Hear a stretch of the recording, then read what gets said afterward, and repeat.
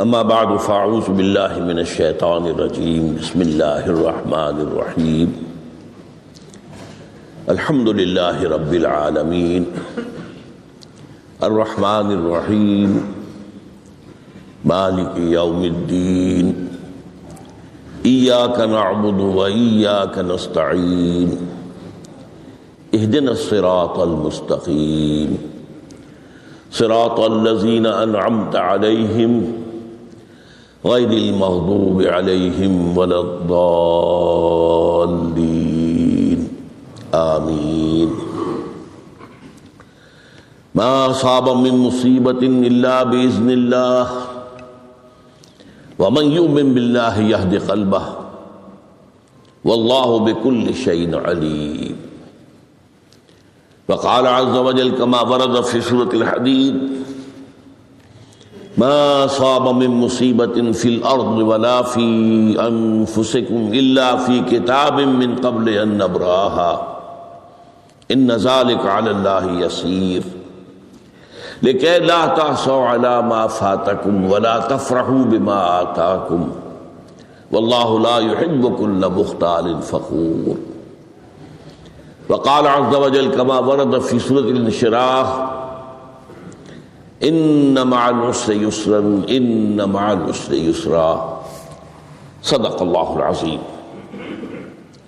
وعن أبي العباس عبد الله بن عباس رضي الله تعالى عنهما قال كنت خلف النبي صلى الله عليه وسلم يوما فقال یا غلام انی اعلمک بکلمات احفظ اللہ یحفظک احفظ اللہ تجدہ تجاہک اذا سألت فاسأل اللہ واذا استعنت فاستعن باللہ واعلم ان الامة لو اجتمعت على ان ينفعوك بشيء لم ينفعوك الا بشيء قد كتبه الله لك وَإِنِ اجْتَمَعُوا عَلَىٰ أَن يَضُرُّوكَ بِشَيْءٍ لَمْ يَضُرُّوكَ إِلَّا بِشَيْءٍ قَدْ كَتَبَ اللَّهُ عَلَيْكَ رُفِعَتِ الْأَقْلَامُ وَجَفَّتِ الصُّحُفُ رواه الترمذي رحمه الله وقال حديث حسن صحيح. وفي رواية غير الترمذي احفظ الله تجده أمامك تعرف الى اللہ فی الرخاء یعرفک فی الشدہ وعلم ان ما اخطاک لم یکن لیصیبک وما اصابک لم یکن لیخطئک وعلم ان النصر مع الصبر وان الفرج مع الكرب وان مع العسر یسرا. رب اشرح لي صدري ويسر لي امري واحلل عقدة من لساني يفقهوا قولي. اللهم ربنا الہمنا رشدنا واعذنا من شرور انفسنا اللهم ارنا الحق حقا وارزقنا اتباعه وارنا الباطل باطلا وارزقنا اجتنابه آمین یا رب العالمین. یہ حدیث نمبر 19 40 نبوی کی روح دین کے اعتبار سے ایک بہت ہی اہم مسئلے سے بحث کرتی ہے. اس کے راوی ہیں حضرت عبداللہ ابن عباس جن کی کنیت ہے ابو العباس، یعنی ان کے والد کا نام بھی عباس ہے، ان کے بیٹے کا نام بھی عباس ہے. عن ابی العباس عبداللہ ابن عمر ابن عباس رضی اللہ تعالی عنہما. تو اس میں چونکہ جیسا کہ میں نے عرض کیا کہ استعانت باللہ، مدد مانگنی ہو تو صرف اللہ سے مانگو، یہ دین کی روح کا ایک بہت اہم مسئلہ ہے، بہت اہم موضوع روح دین. میں نے اسی لیے آج سورہ فاتحہ کی تلاوت کی شروع میں کہ اس مسئلے کی اہمیت جو ہے اس کا آپ کو اندازہ ہو جائے. سورہ فاتحہ جو ہماری نماز کا جزو لازم ہے، حدیث نبوی ہے لا صلاۃ لمن لم یقرأ بفاتحۃ الکتاب، سورہ فاتحہ کے بغیر کوئی نماز نہیں. ہر رکعت میں ہم پڑھتے ہیں یا یہ دوسری بات ہے فقہ حنفی کے مطابق امام پڑھتا ہے اگر جہری انداز میں تو گویا کہ پوری جماعت کی طرف سے ادائیگی ہوئے، لیکن اس پہ اتفاق ہے کہ سورہ فاتحہ ہی اصل نماز ہے۔ اسی لیے ایک حدیث میں جو مسلم شریف میں آئی ہے حضرت ابو ہریرہ سے، سورہ فاتحہ کی تجزیہ کیا گیا ہے مضامین کا، اور وہ حدیث قدسی ہے۔ قسمت الصلاۃ بینی و بین عبدی نصفین، اللہ فرماتا ہے میں نے نماز کو اپنے اور اپنے بندے کے درمیان برابر برابر تقسیم کر دیا۔ بندہ کہتا، اب اس کے بعد ساری تفصیل سورہ فاتحہ کی ہے۔ صلاۃ کہا، قسمت الصلاۃ بینی و بین عبدی نصفین، تو ہم تو صلاۃ میں سورہ فاتحہ بھی ہے، پھر اس کے بعد کچھ ہم اور قرآن مجید کی آیتیں پڑھتے ہیں، پھر رکوع بھی ہے، پھر سجود بھی ہے، قیام بھی ہے اور قاعدہ بھی ہے، سب ہے صلاۃ تو منہ کا، لیکن یہ کہ اصل صلاۃ سورہ فاتحہ۔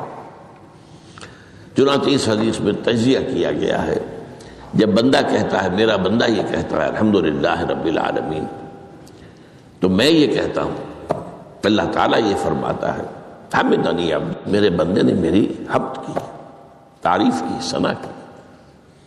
جب بندہ کہتا ہے الرحمن الرحیم، میں کہتا ہوں، اللہ کہتا ہے اثنی علی عبدی، میرے بندے نے میری ثنا کی۔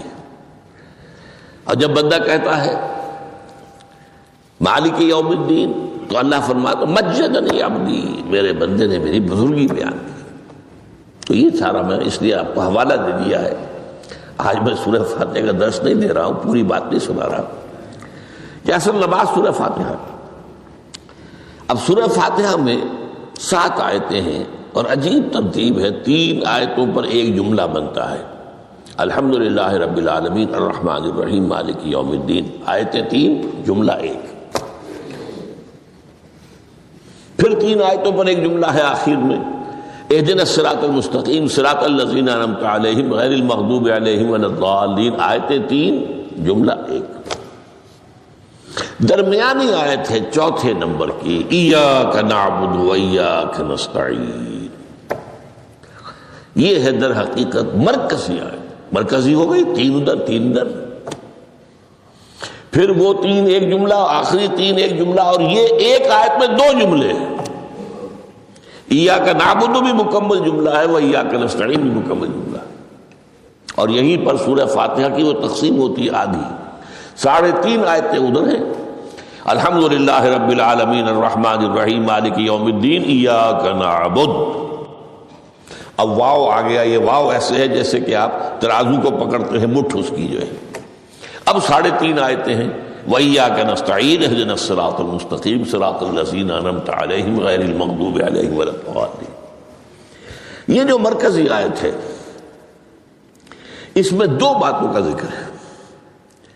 ایاک نعبد، ایک تو ہم اقرار کرتے ہیں کہ اللہ ہم صرف تیری ہی بندگی کرتے ہیں اور کرتے رہیں گے، یہ حال اور ماضی، حال اور مستقبل دونوں کو محیط ہے۔ اور دوسرا وَإِيَّاكَ نَسْتَعِينُ، اور صرف تجھ ہی سے مدد مانگتے ہیں اور مانگتے رہیں گے۔ یہ گویا کہ دین کا ایک مرکزی نقطہ ہے، جو صلاۃ کا مرکزی نقطہ ہے، وہی در حقیقت دین کا مرکزی نقطہ ہے۔ اب ہم اس پر غور کر چکے ہیں، 40 نبوی کی حدیث نمبر 3 جو ہے وہ اس پر ہے، ایاک نعبد۔ اس میں گفتگو ہو چکی ہے تفصیل سے کہ عبادت کا تصور کیا ہے، جس کے لیے انسان کو پیدا کیا گیا، وما خلقت الجن والانس الا لیعبدون، اور تمام رسولوں کی دعوت کا مرکزی نقطہ ان اعبدوا اللہ ما لکم من الہ غیرہ، زندگی آمد برائے بندگی، زندگی بے بندگی شرمندگی۔ اور اس میں جو کنفیوژن ہم نے پیدا کر دیا ہے کہ عبادت کو عبادات کے مترادف قرار دے دیا، نماز روزہ حج اور زکوٰۃ یہ عبادات ہیں، وہ عبادت جس کے لیے ہمیں پیدا کیا گیا ہے وہ یہ چیزیں نہیں ہیں، وہ ہے پوری زندگی میں ہمہ تن ہمہ وقت ہمہ جہت اللہ کی اطاعت۔ ہر وقت نماز تو نہیں پڑھی جاتی، ہر روز روزہ تو نہیں رکھا جاتا۔ یہ جو کہا کہ میں نے صرف تمہیں پیدا ہی اس لیے کیا کہ میری عبادت کرو، تو عبادت سے مراد یہ چیزیں نہیں ہو سکتی، یہ در حقیقت اس عبادت کے لیے سپورٹس ہے۔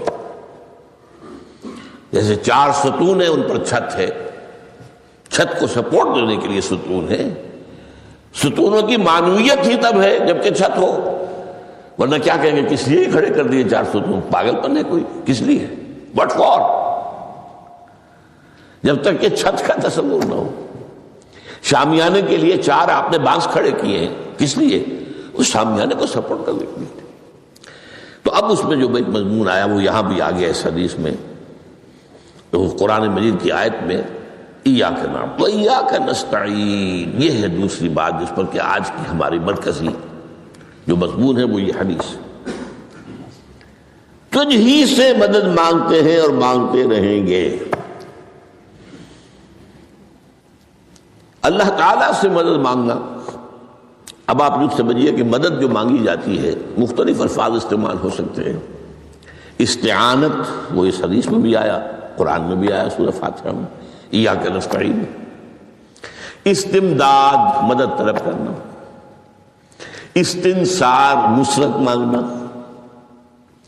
استدعاء کوئی دعا کرنا کسی کام کے لیے، استغاثہ کسی کی دعائی دینا، یہ تمام ایک قبیل کی چیزیں ہیں. ان کو جمع کر لیجیے استعانت. اب استعانت ایک تو ہے عام مادی دنیا جو اصول کے اندر میں کسی سے کہوں بھائی مجھے ذرا پانی پلا دینا، یہ بھی استعانت ہی ہو گئی نا. میں نے اپنی ایک ضرورت کو پورا کرنے کے لیے اسے مدد چاہیے. اس میں کوئی شرک نہیں، کوئی برائی نہیں. معلوم ہے یہ ایک عام مادی قوانین کے تحت ہوگا. یہ علیحدہ بات ہے کہ حضور کے بارے میں یہ آتا ہے صلی اللہ علیہ وسلم کہ آپ کبھی ایسے کام کے لیے بھی کسی کو نہیں کہتے تھے. یہاں تک کہ اگر آپ سواری پر ہوتے تھے اور آپ کا جو کوڑا ہے وہ نیچے گر گیا تو آپ اپنی سواری کو بٹھا کر یا اتر کر خود کوڑا اٹھاتے تھے، کسی سے کہتے نہیں تھے کہ مجھے ذرا اٹھا دو. تو یہ استدعاء، استعانت، استمداد، اس میں ایک درجے ہیں، بڑے اونچے درجے بھی ہیں. لیکن عام حالات میں ہم مادی قوانین کے تحت اگر کوئی مدد چاہے کسی سے تو کوئی بری بات نہیں، اس میں کوئی شرک نہیں، اس میں کوئی کفر نہیں. اگرچہ بعض حضرات کے نزدیک اس کا ایک درجہ ہے، وہ میں بعد میں بیان کروں گا. لیکن یہ کہ ماورائی انداز میں کسی غیر مرئی حقیقی یا باہوما شخصیت سے مدد مانگنا، یہ شرک. غیر مرئی حقیقی فرشتے ہیں، غیر مرئی ہے حقیقی. موہوما جنہوں نے گاڈز اینڈ گاڈیسز اور آلہہ بنا لیے، دیویاں دیوتیا بنا لیے، یہ موہوما ہے. ان کے وہم کی پیداوار، وہ بھی غیر مرئی ہے. وہ انہوں نے تصویریں بنا دی ہیں پوجنے کے لیے، لیکن وہ یہ کہتے ہیں کہ یہ تصویریں جو ہم نے بنائی ہیں یا یہ مجسمے بنائے ہیں، بت بنائے ہیں، یہ صرف توجہ کے ارتکاز کے لیے ہے تاکہ پورا مراقبہ کر سکے، ہم اپنی توجہ کو مرکوز کر سکیں. ہمیں بھی پتہ ہے کہ ان بتوں میں کچھ نہیں ہے. ایک عام ہندو ہے بیچارہ، عام جاہل دیہاتی، وہ تو یہی سمجھتا ہوگا کہ اسی میں ہے سب کچھ، اس بت ہی کے اندر ہے. لیکن جو پڑھے لکھے ہندو ہیں، جو تعلیم یافتہ لوگ ہیں، ڈاکٹر رادھا کرشنن بہت بڑا فلسفی تھا، جو آپ کو معلوم ہے بھارت کا صدر رہا ہے، بہت بڑا فلسفی. تو اس کی ایک کتاب ہے انڈین فلسفی پہ، اتنی موٹی موٹی 2 جلدیں ہیں اور بڑی باریک ٹائپ کی. اس میں اس نے کہا کہ ہم ان بتوں میں کچھ نہیں سمجھتے، یہ تو صرف کنسنٹریشن، توجہ کو مرکوز کرنے کے لیے ہم نے ان کو بنا لیا ہے تاکہ ان کے ساتھ ایک ذہنی اور روحانی رشتہ قائم کرنے کے لیے اپنی توجہات کو مرکوز کر سکیں. بہرحال یہ میں نے بتایا، ایک ہے غیر مرئی حقیقی، ایک ہے غیر مرئی موہوما. غیر مرئی حقیقی میں فرشتے بھی ہیں، معلوم ہے یہاں موجود ہیں، کرامن کاتبین ہیں، لیکن میں یہ نہیں کہہ سکتا کہ ذرا میری یہ مشکل دور کر دو. اس فرشتے سے میں مخاطب نہیں ہو سکتا، یہ شرک ہو جائے. حالانکہ ہمیں معلوم ہے فرشتہ ہے. فرشتے تو اس وقت ہمارے اس مجمع کو گھیرے ہوئے ہیں. حضور کی حدیث ہے، مجتمع قوم فی بیت من بیوت اللہ یتلون کتاب اللہ ویدارسونہ بینہم الا حفتہم الملائکہ وغشیتہم الرحمہ. جب بھی کبھی میرے گھروں میں سے کسی گھر میں میرے بندے جمع ہوتے ہیں قرآن کو پڑھنے اور سمجھنے کے لیے، سمجھنے سمجھانے کے لیے، تو فرشتے ان کے گرد گھیرا ڈال لیتے ہیں اور ان پر رحمت چھا جاتی ہے اور سکینت ان پر آسمان سے نازل ہوتی ہے، اور اللہ تعالیٰ ان کا ذکر کرتا ہے فی من عندہ. دیکھو اے فرشتو، تم تو کہتے تھے نا کہ اے اللہ تو یہ خلیفہ بنانے چلا ہے آدم، یہ تو دنیا میں فساد مچائے گا، دیکھو وہ میرے بندے وہ کیا کر رہے ہیں. اللہ تعالیٰ ذکر کرتا ہے ان کا اپنی اس مجلس میں، وہ جو ملأ اعلیٰ کی مجلس ہے، جو اللہ تعالیٰ کے قریب ترین جو فرشتے ہیں ان میں. تو فرشتے ہیں لیکن مدد نہیں مانگی جا سکتی. اسی طرح اب ذرا مسئلہ دوسرا وہ مختلف ہی ہو جائے گا. میں نے پہلے وہ بات کی جس میں اختلاف کا امکان ہے، فرشتے تو ہیں، ان پر ہمارا ایمان ہے، اور اصل میں ایمان بالملائکہ ہی کی شکل بگڑی ہے. یہ جو گاڈ اور گاڈیسز بنا لیے گئے اور دیوی اور دیوتا بنا لیے گئے اور آلہہ بنا لیے گئے، ملائکہ ہی کی. ملائکہ کو اللہ نے ایک ایک کام کے اوپر معمور کیا ہوا ہے. یہ پہاڑوں کا فرشتہ ہے، یہ بارش کا فرشتہ ہے، یہ فلاں کا فرشتہ ہے. انہوں نے انہی کو دیوتا بنا لیا. بس غلطی کیا لگی کہ ان کا کوئی اختیار بھی ہے. ہمارا ایمان کیا؟ فرشتوں کا اختیار کوئی نہیں.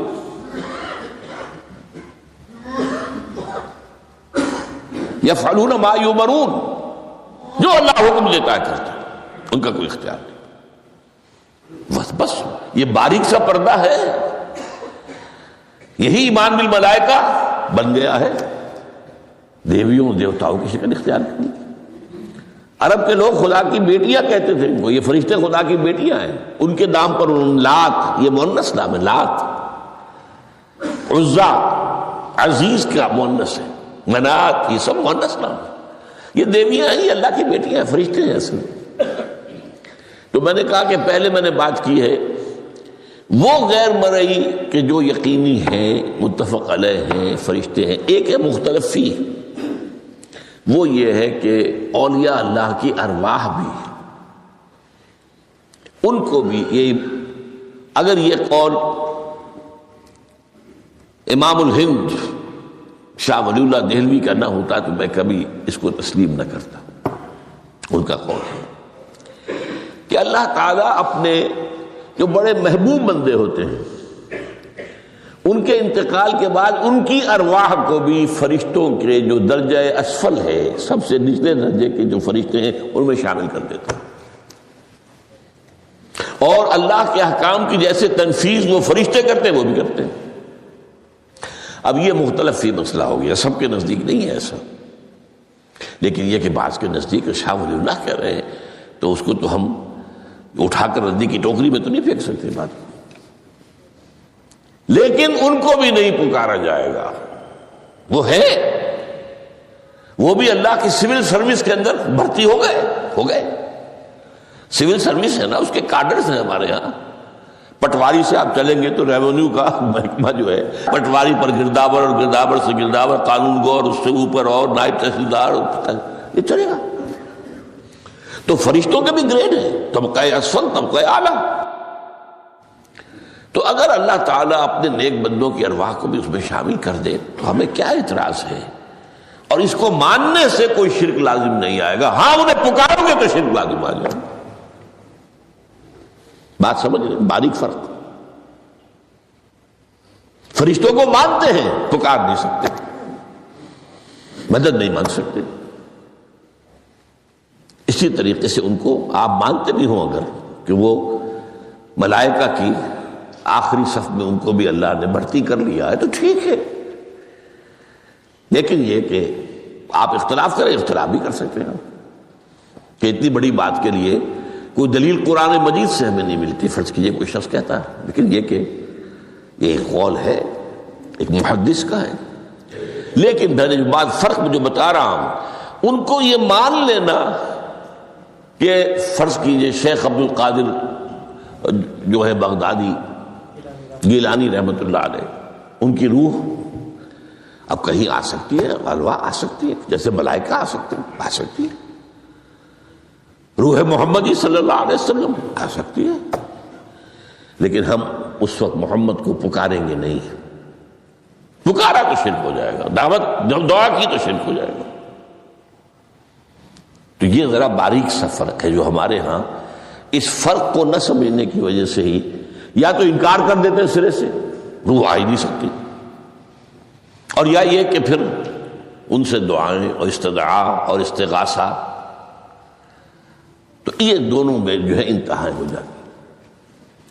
اچھا، دنیا کے قانون کے تحت بھی جو میں نے کہا تھا، میں بتاؤں گا کہ اس کا بھی ایک مرتبہ ہے۔ آپ نے کسی شخص سے ایک کام کے لیے کہا، وہ کام دنیا کے قوانین کے تحت ہے۔ فرض کیجیے آپ کسی سے کہتے ہیں میری فلاں جگہ پر سفارش کر دیجئے، میرا یہ مسئلہ ہے، 100% درست ہے، لیکن یہ کہ فرض کیجئے کہ میرا جو مدعا علیہ ہے یا جو میرا مد مقابل ہے وہ چرب زبان ہے زیادہ، یا وہ اس نے کوئی لمبی چوڑی سفارش جو ہے فراہم کر دی ہے، تو آپ بھی میری بات رکھ دیں۔ وہاں قرآن مجید میں آیا ہے سورہ نساء، من یشفع شفاعۃ الحسنۃ، اچھی شفاعت کرنا، صحیح بات، تو اس کے اندر اللہ تعالیٰ نے اجر و ثواب رکھا ہے۔ اب آپ نے ایک دفعہ کہا، اس نے نہیں کیا، دوسری دفعہ کہا، نہیں کیا، پھر کہا، تو یہ میں ایک بزرگ کا قول آپ کو بتا رہا ہوں کہ یہ شرک ہو جائے گا۔ ایک دفعہ کہا ٹھیک ہے، یہ سوال ہے، دوسری دفعہ کہا یہ بھی چلیے معاف، اب تیسری دفعہ، اس کا مطلب یہ کہ آپ نے یہ بات سمجھ لی ہے کہ آپ کا خیر اسی کے ہاتھ میں ہے، اور یہ شرک خفی ہو جائے گا۔ ٹھیک ہے، آپ نے کہا اگر وہ کر دے ٹھیک، کوئی اعتراض نہیں۔ تو یہ باتیں بھی سمجھنے کی ہیں، کیونکہ آدمی جو ہے اگر پیچھے پڑ جاتا ہے، کہتا رہتا، مطلب معلوم ہوا کہ اس کے ذہن میں یہ بات بیٹھ گئی ہے کہ تمہارا خیر جو ہے، تمہاری بھلائی اسی کے ہاتھ میں نہیں۔ بہرحال اس تمہید کے بعد اب ہم پڑھ رہے ہیں۔ حضرت ابن عباس فرماتے ہیں رضی اللہ تعالی عنہ، کنت خلف النبی یوما صلی اللہ علیہ وسلم، ایک دن میں حضور کے پیچھے تھا۔ اب پیچھے ہونے سے کیا مراد ہے؟ گمان غالب یہ ہے کہ سواری پر، جس کو ردیف بھی کہتے ہیں، واللہ عالم یہ بھی ہو سکتا ہے کہ چلتے ہوئے پیچھے پیچھے چل رہے ہیں، ادب کے ساتھ، چچا زاد بھائی ہیں لیکن عمر میں تو بہت چھوٹے ہیں، نوجوان ہیں۔ اس کیفیت میں حضور نے اب ان سے خطاب کیا، یا غلام، اے نوجوان، اے لڑکے کہا، اے لڑکے، وَعَلِّمُكَ کلمات، میں تمہیں تلقین کرتا ہوں چند کلمات۔ اب یہ ہے حضور کا طریقہ تربیت و تعلیم و تزکیہ۔ وہاں کوئی مدرسے نہیں تھے، وہاں کوئی درس کی محفلیں تو نہیں ہوتی تھی، محفل تو ایک ہی ہوتی تھی ہفتے میں، اور وہ جمعے کا اجتماع ہے، باقی حضور کی صحبت ہے۔ فجر کی نماز کے بعد بھی آپ بیٹھے ہیں، صحابہ بیٹھ کے کچھ گفتگو ہو رہی ہے، اسی میں تربیت، اسی میں تعلیم، اسی میں تزکیہ۔ وہ علیحدہ ذکر کے حلقے جو ہے وہ ضربے مارنے کے لیے یہ تو نہیں تھے، یہ تو بات کی ایجاد ہے، میں تو سب مانتے ہیں کہ یہ بات کی ایجاد ہے، یہ مصنون چیزیں نہیں۔ بہرحال حضور نے اے لڑکے یا اے بیٹے، جو بھی آپ اس کا ترجمہ کریں، میں تمہیں چند باتیں سکھاتا ہوں۔ مطلب کیا ہے؟ وَعَلِّمُكَ کلمات، توجہ سے سنو، غور سے سنو، حفظ جان بنا لو۔ احفظ اللہ یحفظک، پہلا کلمہ، اللہ کی حفاظت کرو وہ تمہاری حفاظت کرے گا۔ اب اس سے مراد کیا ہے؟ عام طور پر سمجھا گیا ہے کہ اللہ کے احکام کی حفاظت کرو، کوئی حکم ٹوٹنے نہ پائے، وہ تمہاری حفاظت کرے گا۔ اور ایک مفہوم یہ بھی ہو سکتا ہے، اللہ کو اپنے دل میں محفوظ رکھو، اس کی یاد سے اس دل کو، اس خانہ قلب کو خالی نہ ہونے دو۔ مستحضر رکھو اللہ کو اپنے دل میں، تو اللہ تمہاری حفاظت کرے گا، اللہ تمہیں یاد رکھے گا۔ اور حدیث قدسی میں یہ الفاظ آئے، میرا بندہ جب مجھے اپنے دل میں یاد کرتا ہے میں بھی اسے اپنے دل میں یاد کرتا ہوں۔ جب میرا بندہ کسی محفل میں میرا ذکر کرتا ہے میں اس سے کہیں بہتر محفل میں اس کا ذکر کرتا ہوں۔ اللہ کی محفل تو ملائے اعلیٰ کی ہے، ملائکہ مقربین کی ہے۔ وہ جو امیر خسرو کا شعر ہے وہ پتہ نہیں کس کیفیت میں انہوں نے کہا ہے، خدا خود میر محفل بود اندر لامکاں خسرو، محمد شمع محفل بود شب جائے کہ من بودم۔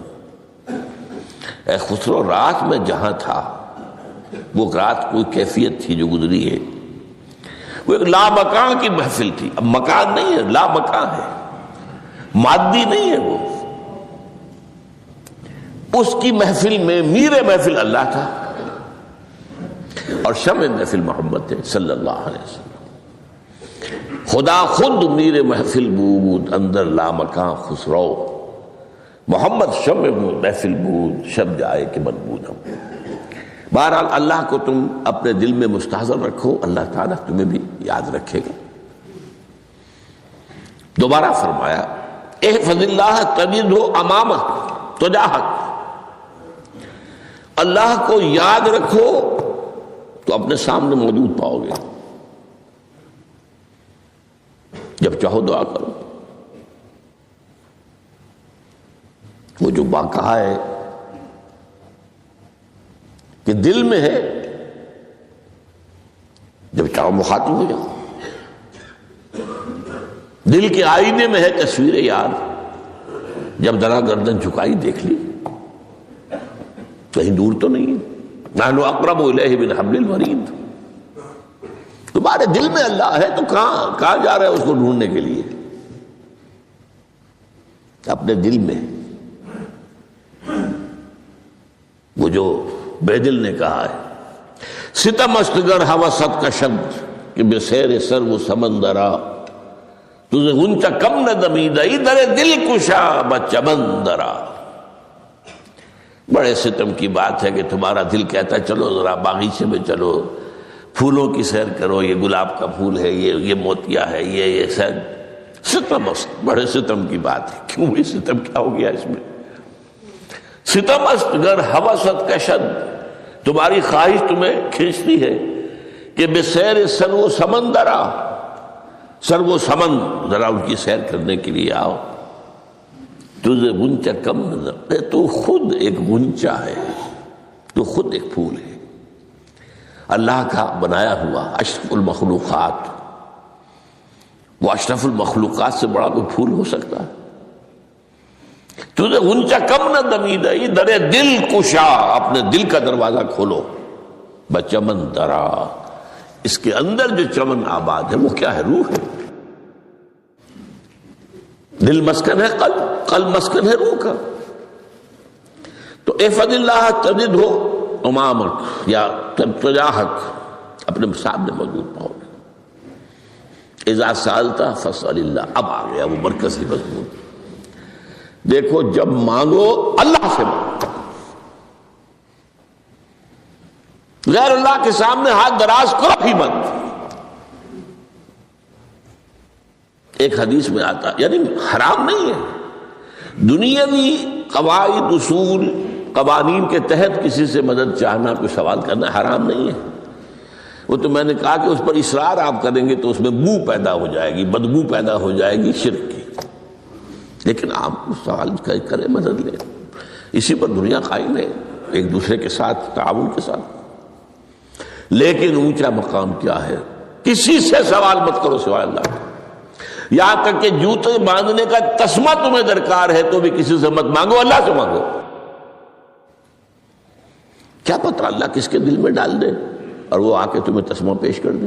ہوتا ہے ایسا، بسا اوقات ہوتا۔ جو اللہ کے ساتھ لو لگا کر رکھنے والے ہیں ان کے تو ایسے واقعات ہوتے ہیں کہ دل میں ایک بات آئی اور اس کے بعد وہی بات جو ہے وہ کوئی شخص آ گیا، اس نے وہ بات پوری کر دی۔ کیونکہ لوگوں کے دل جو ہے وہ تو اللہ کے دو انگلیوں کے مابین جب چاہتا پھیر دیتا ہے۔ کیا پتہ اللہ کسی فرشتے کو انسانی شکل میں بھیج دے. آتا ہے فرشتہ، آتا ہے انسانی شکل میں آتا ہے، آپ کی تکلیف کو رفع کر دے، آپ کی ضرورت کو پورا کر دے. اسی سے مانگو، کسی اور سے مت مانگو. یہ ہے توحید کا لب لباب. یوں سمجھیے اسلام کی جڑ کیا ہے؟ ایمان. اسلام کا جو خارجی نظام عمل ہے، انفرادی اعمال ہو اجتماعی ہو، ان سب کی روح رواں کیا ہے؟ ایمان. ٹھیک، ایک بات ہو گئی. ایمان کا خلاصہ لب لباب کیا ہے؟ ایمان باللہ. جیسے ایمان بالآخرہ بھی ہے، ایمان بالملائکہ ہے، ایمان بالانبیاء ہے، ایمان بالرسل ہے، ایمان بالکتب ہے، ایمان بالقلب ہے، لیکن اصل ایمان. اسی لیے ایمان مجمل میں آپ کو معلوم ہے کسی اور چیز کا ذکر نہیں. آمنت باللہ کما ہوا باسمائہ وصفاتہ وقبلت جمیع احکامہ اقرار باللسان وتصدیق بالقلب. یہ ایمان مجمل ہے. اجمالی طور پر ایمان اس کا نام ہے. ہاں مفصل تفصیلی طور پر آمنت باللہ وملائکتہ وکتبہ ورسلہ والیوم الآخر والقدر خیرہ وشرہ من اللہ تعالی والبعث بعد الموت. تو اسلام کی جڑ ایمان، اور اسلام کا سارا جو نظام عمل ہے، چاہے انفرادی اعمال ہو چاہے اجتماعی، ان سب کی روح رواں ایمان. اور ایمان کا خلاصہ ایمان باللہ. اور ایمان باللہ کا اصل حاصل وہ ہے جو اس حدیث میں آ رہا. اس کے دو ہیں تقاضے: عبادت صرف اسی کی، استعانت صرف اسی سے. اس لیے میں نے سورہ فاتحہ کا تذکرہ شروع میں کیا. یہ عبادت کا جوہر ہے، عبادت کا جو ہے یہ ایمان کا حاصل. عبادت صرف اس کی ہے اور استعانت صرف اس سے. استعانت ہی میں سوال بھی آ گیا، یہ بھی مدد ہے. آپ کسی سے کچھ مدد مالی چاہ رہے ہیں یا کوئی اور مدد چاہتے ہیں، کسی کام میں مدد چاہتے ہیں، جیسے میں نے کہا تھا کہیں سفارش کرانا چاہتے ہیں، یہ بھی مدد ہے. وَإِذَا اسْتَعَنْتَ فَاسْتَعِنْ بِاللَّهِ. اور جب مدد مانگو صرف اللہ سے مانگو. اور وہ سارے الفاظ یاد کر لیے: استدعاء، استعانت، استغاثہ. یہ جو غوث اعظم سے استغاثہ کیا جاتا ہے یہ تو شرک ہے. استغاثہ اللہ سے، دعائی اللہ کی. اس اعتبار سے استمداد، استعانت، استدعاء، استغاثہ یہ سب اللہ سے، صرف اللہ سے. عبادت صرف اللہ کی، ایاک نعبد، اور استعانت صرف اللہ سے. اذا سألت فاسأل اللہ واذا استعنت فاستعن باللہ واعلم. اب یہ جو آخری ٹکڑا آ رہا ہے، حدیث نمبر 4 تھی وہ عبداللہ ابن مسعود رضی اللہ تعالیٰ عنہ، اس میں بھی مضمون جو آیا وہ یہاں پر دوبارہ آ رہا ہے. واعلم، اور اے میرے بیٹے، میرے بچے، اے عزیز، علم، جان لو، ان الامت نبی اجتماعت علی ان ينفعوک بشیء. اگر سب لوگ جمع ہو کر چاہیں کہ تمہیں کسی شے کا نفع پہنچا دے، کوئی فائدہ پہنچا دے، لن ينفعوک الا بشیء قد کتبہ اللہ لک. نہیں پہنچا سکتے وہ تمہیں کوئی نفع مگر صرف وہی جو تمہارے لیے اللہ نے لکھ دیا. پھر کیوں مانگو ان سے؟ یہ تو فعل عبث ہو گیا، بیکار بات ہو گئی. ان کے ہاتھ میں کچھ ہے ہی نہیں. لہذا یہ جان لو، سب لوگ مل کر چاہیں کہ تمہیں کوئی نفع پہنچا دیں، نہیں پہنچا سکتے مگر وہی کچھ جو اللہ نے تمہارے لیے اگر لکھ دیا ہے تو مل جائے گا، ورنہ نہیں. آپ اندازہ کیجئے کہ جو شخص اس سطح پر آ جائے اس میں کتنا استغنا ہوگا. کسی کے سامنے پیشانی رگڑے گا اپنی، کسی کے سامنے ہاتھ پھیلائے گا، کسی کے سامنے اپنی عزت نفس کو ہتھیلی پر رکھ کر پیش کرے گا. تم نے سوال کیا تو عزت نفس تو تم نے اس کے سامنے پیش کر دی. اب وہ چاہے تو کچھ اس کا لحاظ کر لے، چاہے تو ٹھوکر مار دے تمہاری عزت نفس. یہ وہ مقام ہے جب مانگو صرف اللہ سے، جب مدد طلب کرو صرف اللہ سے. اور جان لو اگر تمام لوگ جمع ہو کر تمہیں کوئی فائدہ پہنچانا جائے نہیں پہنچا سکتے. الا بشیء قد کتب اللہ لک وان اجتمعوا علی ان یضروک بشیء لم یضروک الا بشیء قد کتب اللہ علیک. اگر سب مل کر چاہیں تمہیں کوئی نقصان پہنچا دے نہیں پہنچا سکتے مگر وہی کچھ جو اللہ نے تمہارے لیے لکھ دیا. اب بتائیے خوف کی جڑ کٹ جائے گی کہ نہیں؟ یہ جو ایمان جو ہے یہ خوف اور حزن دونوں سے نجات دلانے والی بات ہے. جو حقیقی مومن ہے وہ اللہ کا ولی ہے. حقیقی مومن وہ اللہ کا ولی ہے. اور الا ان اولیاء اللہ لا خوف علیہم ولا هم يحزنون. یہ اولیاء اللہ کو علیحدہ مخلوق نہیں ہے، کوئی ان کے سر پہ سینگ نہیں ہوتے، انسان ہی ہوتے ہیں. لیکن حقیقی معنی میں مومن ان اعتبارات سے جو آج ہم پڑھ رہے ہیں ایمان اس درجے کا پہنچ گیا تو اللہ کا ولی ہے.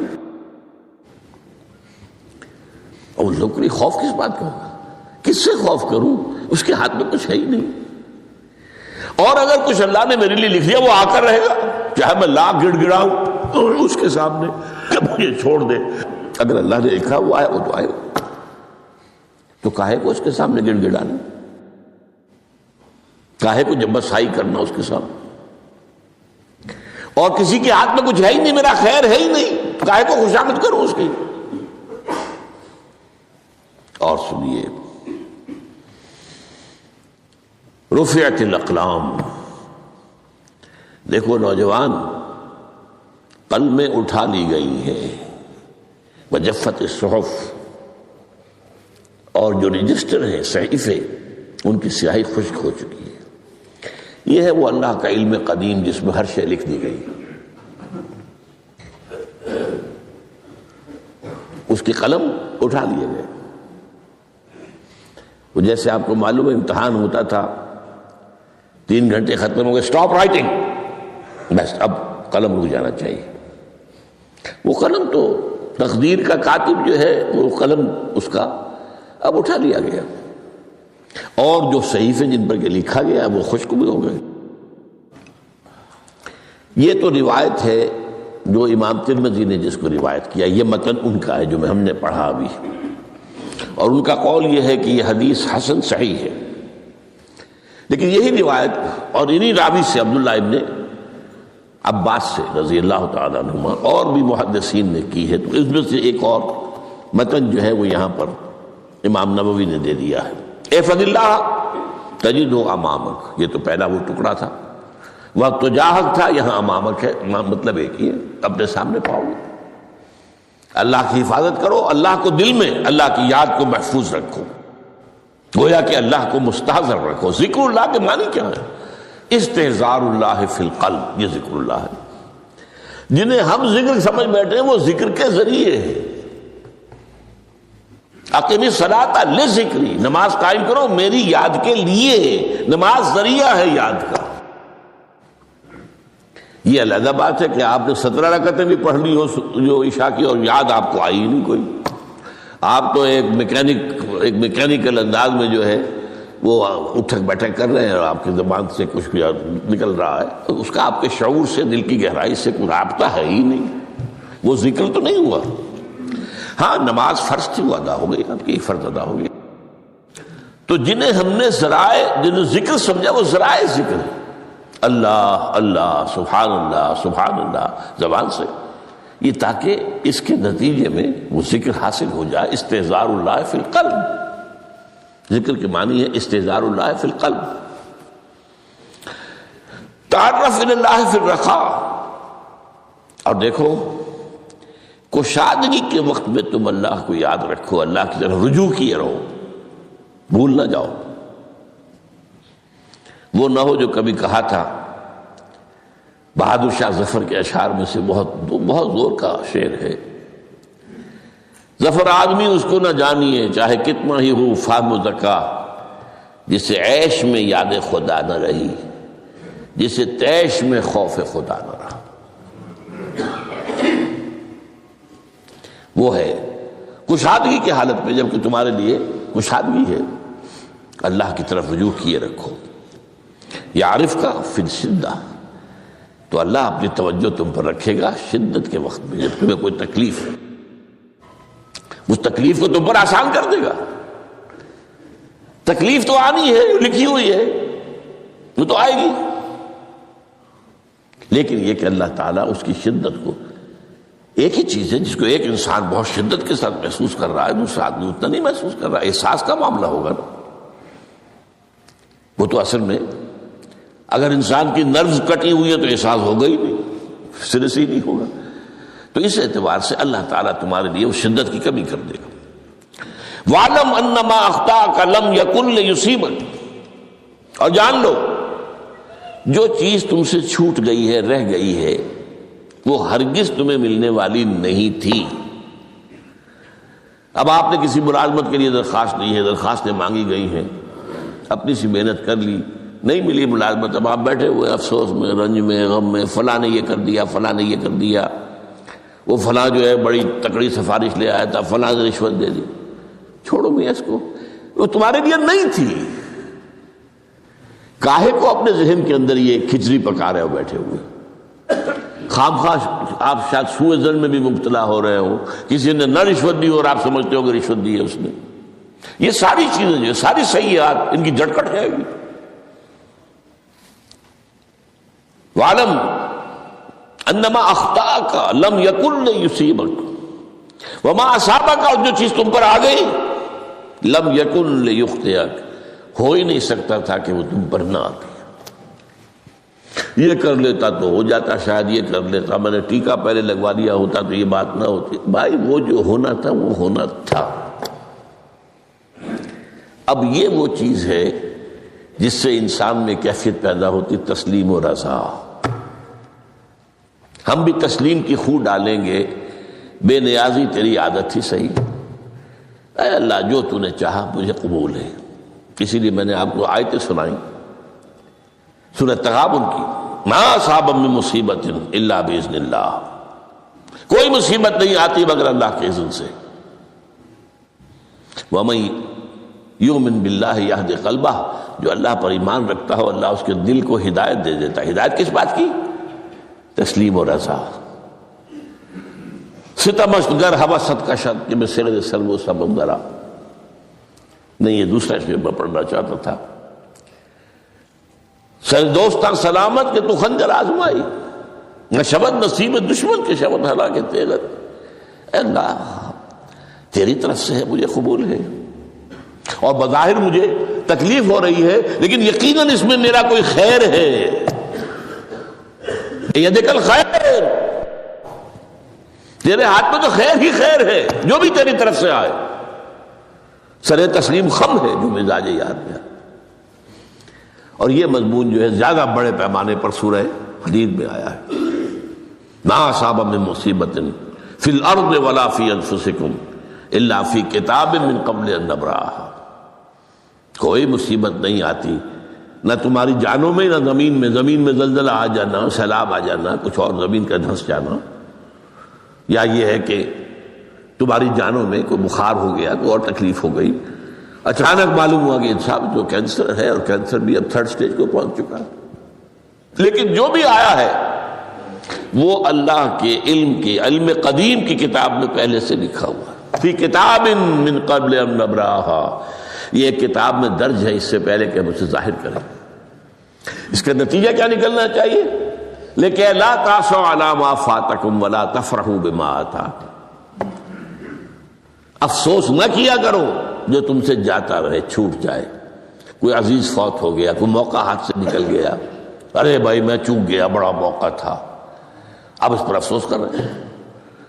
نہیں، جو چیز لیکن لا تاسوا علی ما فاتک ولا تفرحوا بما آتاک، جو اللہ تمہیں دے دے اس پر اتراؤ مت۔ وما اصابک لم یکن لیخطئک واعلم ان النصر مع الصبر، اور جان لو اللہ کی مدد صبر کے ساتھ آتی ہے۔ جو آئے اس کی طرف سے جھیلو، زبان پر کلمہ شکوہ اور شکایت نہ آئے، اللہ سے شکایت نہ آئے، تسلیم و رضا، جو تیری رضا ہے۔ تیری صحت ہمیں منظور ہے، لیکن اس کو مولانا محمد علی جوہر ایک مرتبہ جیل میں گئے، ایک بیٹی بیمار ہوئی، فوت ہو گئی۔ اس کے بعد دوسری مرتبہ پھر جیل میں گئے، دوسری بیٹی کو وہی بیماری ہوئی۔ جیل میں اطلاع ملی کہ بیٹی کو یہ بیماری ہو گئی ہے، تو خط لکھا اشعار کی شکل میں۔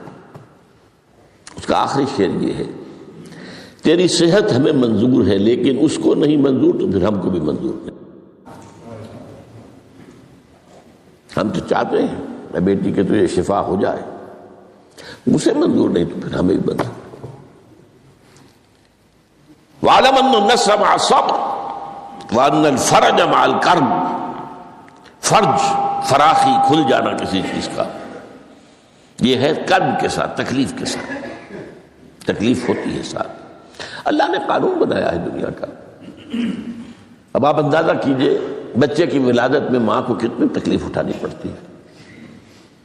آج کل تو فیشن ہو گیا ہے، سیدھے سیدھے جاؤ، آپریشن کراؤ، تکلیف سے بچ جاؤ، لیکن یہ ہے کہ یہ بھی آپ کے علم میں ہوگا، وہ ساری تکلیف جیسے ہی بچے کو لا کر ماں کے برابر لٹایا ہے، ساری تکلیف ختم، پھر جو راحت اس سے میسر آتی ہے۔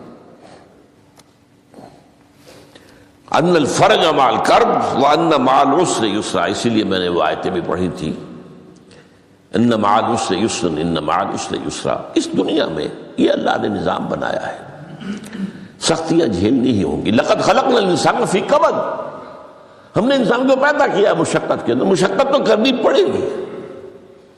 کسی کی جسمانی مشقت زیادہ، کسی کی ذہنی مشقت زیادہ۔